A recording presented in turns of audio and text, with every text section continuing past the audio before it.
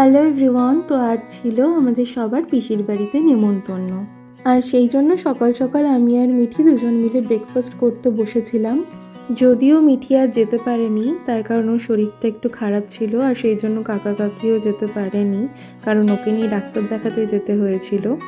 আর এদিকে কাকি ব্রেড আর বাটার দিয়ে দিয়েছিল, তো সেটা খেয়ে নিয়ে আমি তাড়াতাড়ি বেরিয়ে যাব, কারণ পিসিও ওইদিকে একা, পিসিকে একটু হেল্প করতে হবে।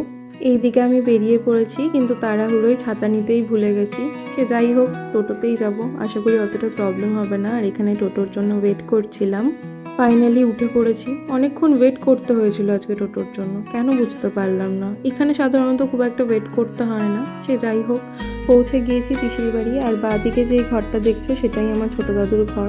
এখন ছোটো দাদু নেই বলে খুব একটা এই বাড়িতে আসতেও ইচ্ছে করে না, কিন্তু পিসি অনেকবার ফোন করে বলাতে চলেই এসেছিলাম। আর এটা একটা নিয়মের মধ্যেও পড়ে, পিতৃ বা মাতৃস্থানীয় কেউ মারা যাবার পর নাকি মামাবাড়ি কিংবা বোন বা দিদি থাকলে তার বাড়িতে খেতে হয়।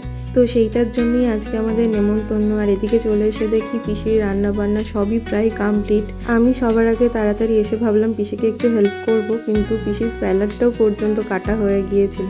সে যাই হোক, তারপর ভাই চলে এসেছিল। আর এদিকে আমি শুধু বসে থাকবো কেন, তাই স্নানটাও করে নিয়েছিলাম। তার কারণ বাড়ি থেকে তাড়াহুড়ো করে আসতে গিয়ে স্নান আর করে আসা হয়নি। এরই মাঝে বাবাও চলে এসেছিল, খেতেও বসে পড়েছিল। আর তারপরের ব্যাচে বসেছিলাম আমরা 5 জন। আর প্লেটগুলো দেখো, স্যালাডের জন্য কি সুন্দর কালারফুল লাগছে।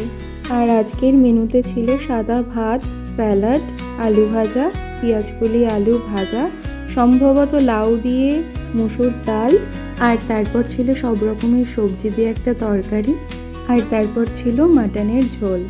বেশ অনেকগুলো দিন পর মাটন খাচ্ছি, তার কারণ আমাদের বাড়িতে খুব একটা রেড মিট হয় না, আর যখন হয় তখন হয়তো আমি থাকি না, আর সেই জন্য পছন্দের খাবার পেয়ে একটু বেশি ভাত খেয়ে ফেলেছি। এইদিকে পাতে চাটনি পড়ে গেছে। এদিকে আমি মহা আনন্দে খাসির মাংস খাচ্ছি। তোমরা কারা আমার মতো করে খাও আমাকে জানিও। আমি প্রথমে আগে ভাতগুলো সব খেয়ে নিই, তারপরে খাসির মাংস বা চিকেন যেটাই থাকুক না কেন সেটা লাস্টে খাই। আমার মনে হয় ভালো টেস্টটা সবার লাস্টেই নেওয়া উচিত, এতে করে মুখের টেস্টটা আর নষ্ট হয় না। সে যাই হোক, এদিকে ভাই আবার ছবি তুলছিল আমাদের। তারপর পিসিকে ডাকা হচ্ছিল ছবি তোলার জন্য। সব ভাই বোনরা মিলে খেতে বসেছি। হাসি মজা হুল্লোড় হবে না, এটা তো হতেই পারে না। এইদিকে পাতে পাঁপড় পড়ে গেছে, কিন্তু এখনও আমি মাংসই শেষ করে উঠতে পারিনি। আর আমাদের ছবি তোলাও শেষ হচ্ছে না, কিন্তু আমি সেই একই পোজ দিয়ে যাচ্ছি, কারণ আমার ফুল ফোকাস মাটনের ওপরেই ছিল। এইদিকে পাতে মিষ্টি পড়ে গেছে, কিন্তু আমি ফুল কনফিউশনে ছিলাম যে মিষ্টিগুলো নেব কিনা, নাও করতে পারছি না। আর এদিকে আমি জানি আমি খেতেও পারবো না, কিন্তু শেষমেশ খেতে পারিনি। হ্যাঁ, তবে খেতে পারিনি বলে এই নয় যে খাবারগুলো নষ্ট হয়েছে, বোন আর আমি ভাগ করে খেয়েছিলাম। পাতের অবস্থা এখন প্রায় এই রকম। এরই মধ্যে প্লেটে দইও পড়ে গেছে। প্লেটের অবস্থা যাই হোক না কেন, কোনোভাবেই মিষ্টি দই ছাড়া যায় না।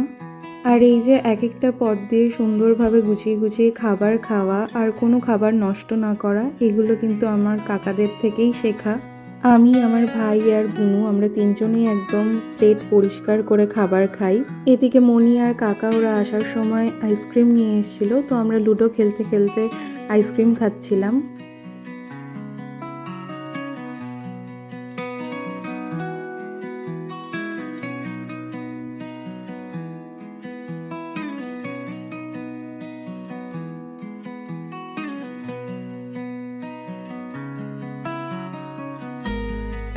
লুডো খেলা হয়ে গেলে রেস্ট নিচ্ছিলাম। এদিকে ছোটো বুনু আবার একটা চুপা চুপস এনে দিয়েছিল, তো সেটাই খাচ্ছিলাম।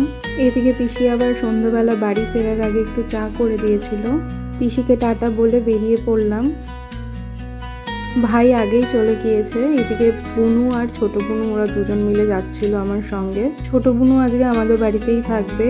আর এদিকে দেখো চাঁদটাকে কত সুন্দর লাগছে আজকে, পুরো গোল আর একদম রেড কালার। এদিকে মিঠিও ডাক্তার দেখিয়ে চলে এসেছিল, তাই ওর সঙ্গে একটু গল্প করছিলাম আর অনেকটা আদর করছিলাম, যেহেতু দুজন দুজনকে অনেকক্ষণ দেখিনি। আর আমি কালকেই বারাসাত ফিরে যাব, তো সেই জন্য আমাদের জমা গল্পগুলো একটু করে নিচ্ছিলাম। তার কারণ আবার তো বেশ কয়েকদিনের অপেক্ষা। আর আজকের ডিনারে ছিল রুটি, অমলেট আর ছোলার ডাল। ভিডিওটা তাহলে এখানেই শেষ করছি, দেখা হবে নেক্সট মিনি ব্লগে। টাটা।